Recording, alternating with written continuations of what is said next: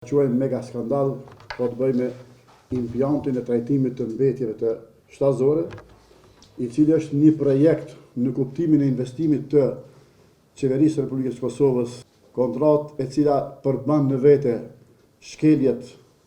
të cilat konsumojnë vepra penale. Ministri Peci në këtë rast ka tejkalu gjitha procedurat dhe ka tejkaluar gjitha ligjet, e skandali i cili është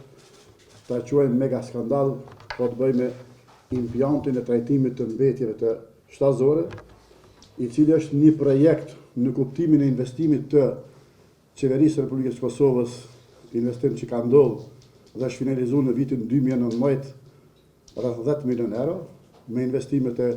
Bashkimit Evropian dhe me participim të Qeverisë së Republikës së Kosovës. Një projekt i tillë i cili realisht duhet të krenohemi sepse në rajon është i vetmi dhe fabrikën si motor apo impiantin që në gjuhën profesionale e quajmë e ka vetëm në Veronë të Italisë.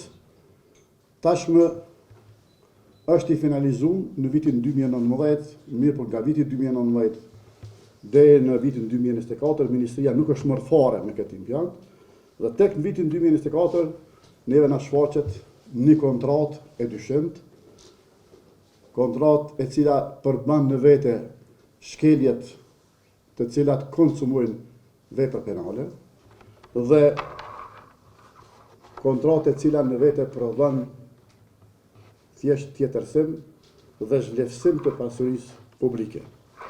Kontrata është nënshkruar me një kompani e cila është themelu 5 ditë pas shpalljes publike.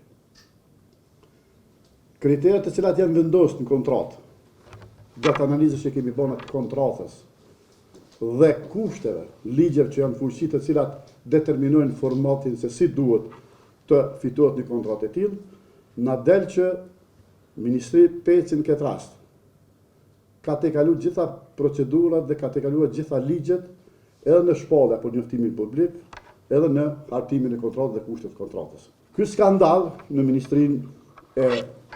Bujqësisë dhe lajthitja që është bërë dhe kryeministrit i cili me një vendim pas përfundimit të gjitha procedurave për ta mbuluar këto dhe i referuar në ligjin për pyetari, i cili në këtë rast e arsyeton, ne japin një kuptim se me këtë kontratë, sikur me shumë kontrata, po dëmtohet buxheti i Republikës së Kosovës, po eliminohet transparenca dhe mbi gjitha po kapen institucionet